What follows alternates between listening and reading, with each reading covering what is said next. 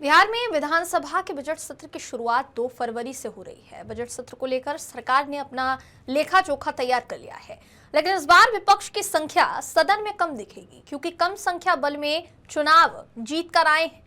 राष्ट्रीय जनता दल के विधायक सुरेंद्र राम ने राष्ट्रीय समाचार से बातचीत करते हुए कहा कि नीतीश कुमार अभी समृद्धि यात्रा पर निकले हुए हैं। ये कैसी समृद्धि हो रही है कि दलितों की बस्ती में नहीं जा रहे हैं और ना ही दलितों की बात सुन रहे हैं। कैसे बिहार विकास करेगा, देखिए हमारे संवाददाता विवेक रंजन की विधायक सुरेंद्र राम से ये खास बातचीत।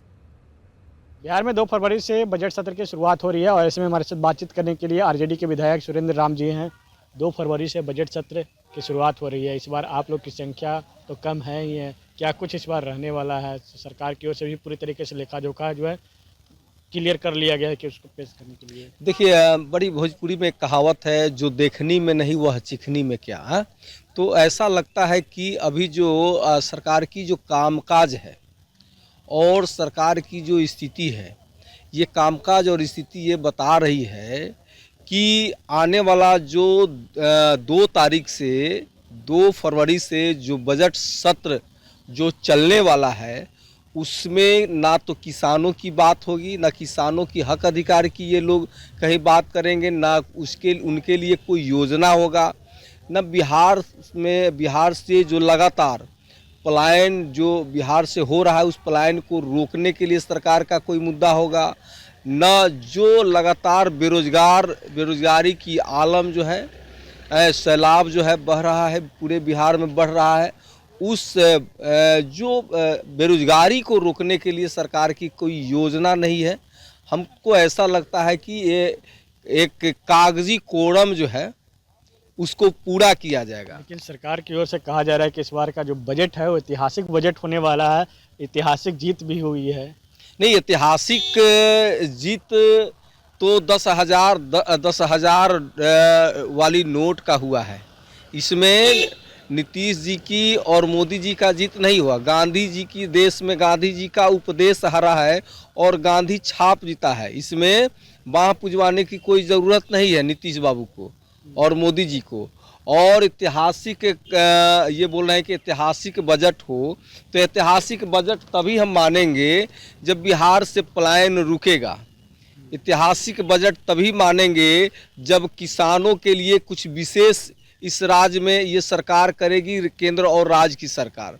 मुख्यमंत्री जी समृद्धि यात्रा पर निकले हुए हैं, लगातार योजनाओं की समीक्षा कर रहे हैं, अधिकारियों के साथ बैठक कर रहे हैं। क्या समृद्धि कहेंगे आप देखिएगा कि आज भी इनका ये 21-22 साल का ये सरकार, 21 साल की सरकार ये हो गई और सरकार इनकी चल ही रही है। दलितों के गांव में जाने का रास्ता नहीं है, उनके गांव में शौचालय नहीं है, उनको आज भी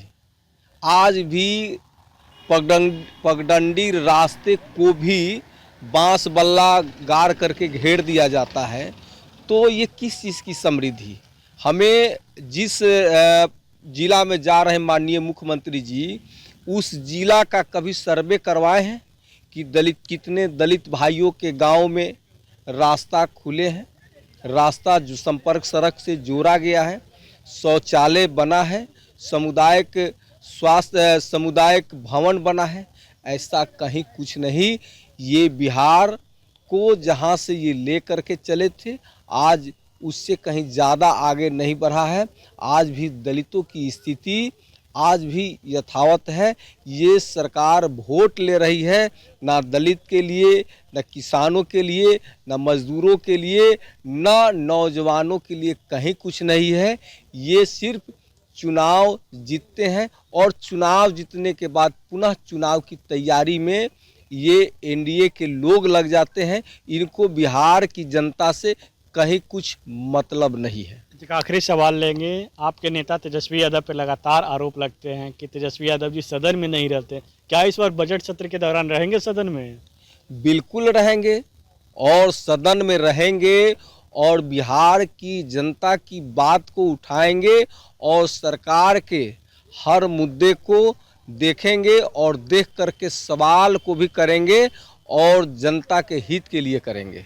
ये थे आरजेडी के विधायक सुरेंद्र राम जी। साफ तौर पे कहते नजर आ रहे हैं कि इस बार जो है हमारे नेता सदन के अंदर जरूर रहेंगे और भी जो सत्ता पक्ष का जो कमियां रहेंगे उसको भी उजागर वो करेंगे। कैमरा पर्सन विकास के साथ विवेक रंजन, राष्ट्रीय समाचार, पटना।